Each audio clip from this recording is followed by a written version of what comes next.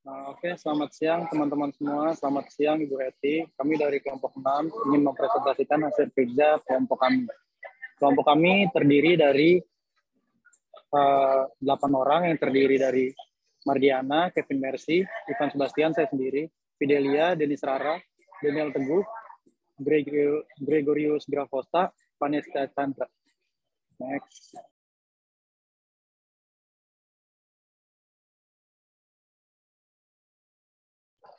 Oke, materi yang kelompok kami akan menjelaskan di sini ada model Ventura yang terdiri dari pengertian, tujuan pendirian, keuntungan, jenis pembiayaan, dan sumber dana. Yang selanjutnya ada koperasi simpan pinjam yang terdiri dari pengertian, sumber-sumber dana koperasi, dan jenis-jenis keuntungan.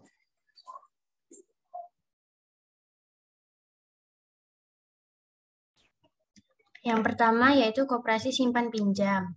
Pengertiannya yaitu lembaga yang bergerak dalam bidang keuangan dengan kegiatan usaha yang berupa menerima simpanan maupun pinjaman. Nah, terdapat beberapa sumber-sumber dana koperasi. Yang pertama yaitu modal pinjaman, yaitu modal yang dihimpun dari para anggota, koperasi lain, dan lembaga keuangan lain seperti bank. Yang kedua yaitu modal sendiri, yaitu modal yang berasal dari para anggota koperasi, yaitu simpanan pokok, simpanan wajib, simpanan bebas atau sukarela, dan hibah atau donasi.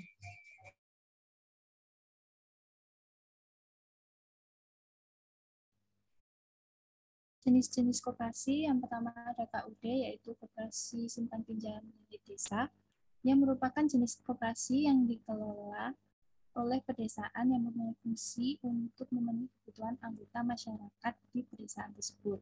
Yang kedua ada KSU, yaitu koperasi serba usaha, yaitu merupakan koperasi yang dikelola oleh siapa saja yang sangat utama, yaitu di kota-kota besar. Kemudian ada KPS, yaitu koperasi pasar, merupakan bentuk koperasi yang dikelola oleh pasar, yang dimana perannya sangat penting untuk memenuhi kebutuhan pedagang. Yang keempat ada KKD, yaitu koperasi kredit. KKD juga sangat penting dalam kehidupan masyarakat. Adapun tujuannya untuk memudahkan para anggota di dalamnya.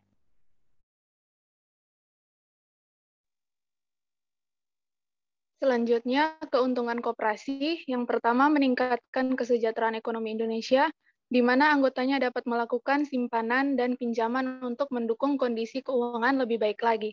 Yang kedua, menjalin kerjasama dan hubungan yang kuat antar para anggotanya, di mana anggota dapat memiliki komunitas sendiri, berbagi cerita serta pengalamannya. Yang ketiga, tempat menyimpan uang selain bank. Keuntungan yang pertama yaitu bunga deposito lebih tinggi daripada bank. Kemudian yang kedua, besar pajak bunga simpanan koperasi lebih kecil dibanding dengan bank. Yang terakhir, jumlah simpanan tidak memberatkan anggotanya, di mana simpanan yang diberikan tidak akan memberatkan para anggota karena simpanan bersifat sukarela.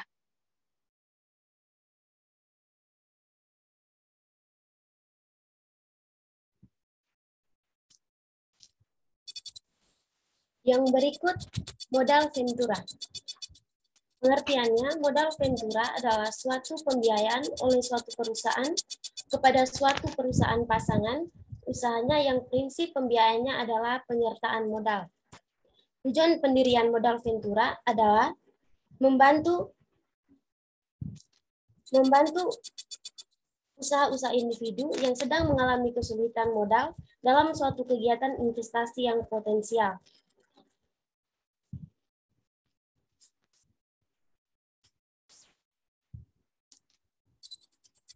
Selanjutnya, keuntungan modal Ventura. Yang pertama bagi perusahaan pasangan usaha. Peningkatan kemungkinan berpenghasilan usaha, kelancaran pendanaan, peningkatan efisiensi kegiatan usaha, peningkatan kemampuan pengembangan usaha.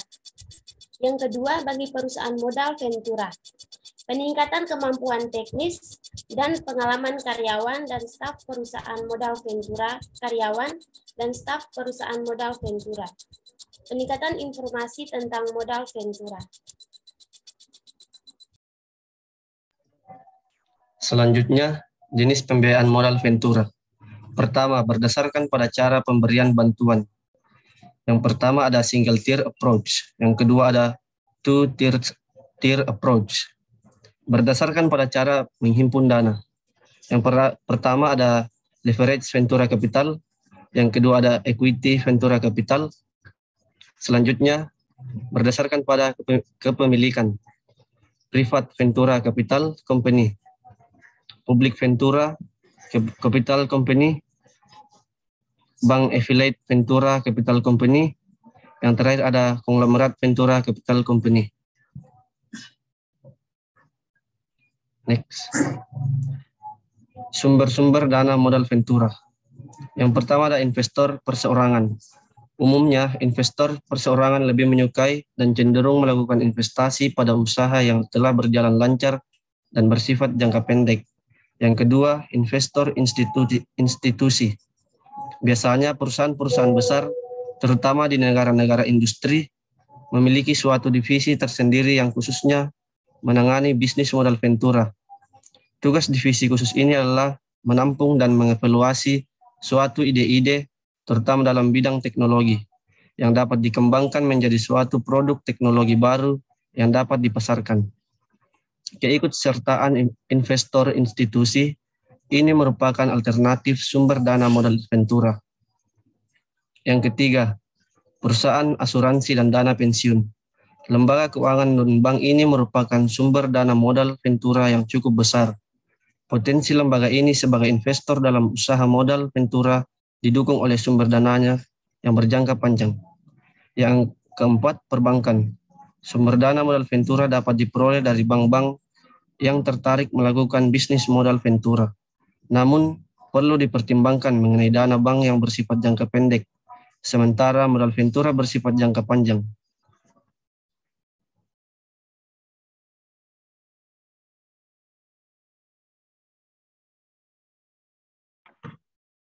Berikut studi kasusnya. Selanjutnya. Berikut analisis studi kasus. Investasi KKM bisa menawarkan keuntungan yang sangat tinggi. Sangat tidak masuk akal karena dilihat dari presentasi perbankan pun hanya 5% per tahun. Dan deposit juga tidak bisa mencapai nominal yang fantastis. Maka bisa dikatakan untuk jangka waktunya tidak akan bertahan lama. Salah satu faktor yang memungkinkan adanya penipuan dan jatuhnya korban adalah tingkat pengetahuan yang rendah para calon nasabah yang akan ikut serta. Penggandaan uang seperti multi-level marketing atau MLM tersebut memiliki kendala jika adanya salah satu anggota yang keluar. Sama sepertinya dengan kasus ini. Penggandaan uang yang mustahil. Pasal 16 Undang-Undang Perbankan, lembaga non-bank menerangkan bahwa tidak boleh menerima dana penyertaan dari masyarakat tanpa izin dari Bank Indonesia atau disebut BI. Hal tersebut telah jelas jika masyarakat setidaknya mengetahui hal hukum tersebut dan tidak akan mengambil resiko berat untuk mengikuti ataupun menyelenggarai lembaga-lembaga lainnya. Lanjut.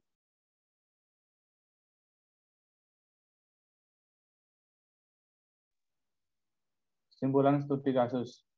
Dari kasus KKM, bisa disimpulkan bahwa masih banyak koperasi yang menyalahgunakan kepercayaan calon nasabah mereka.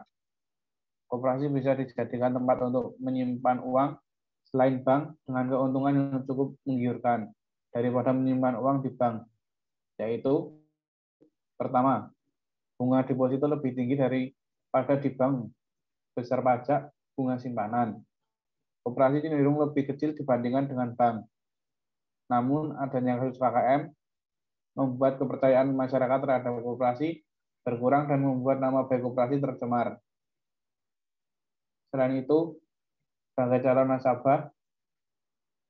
nasabah koperasi juga harus pandai-pandai memilih koperasi yang bisa memberikan keuntungan bagi diri sendiri. Sekiranya tidak masuk akal dengan nominal keuntungannya, maka sebaiknya tidak menyimpan uang di koperasi tersebut.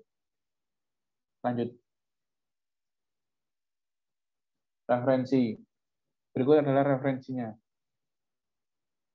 Lanjut. Sekian dari kelompok kami. Terima kasih.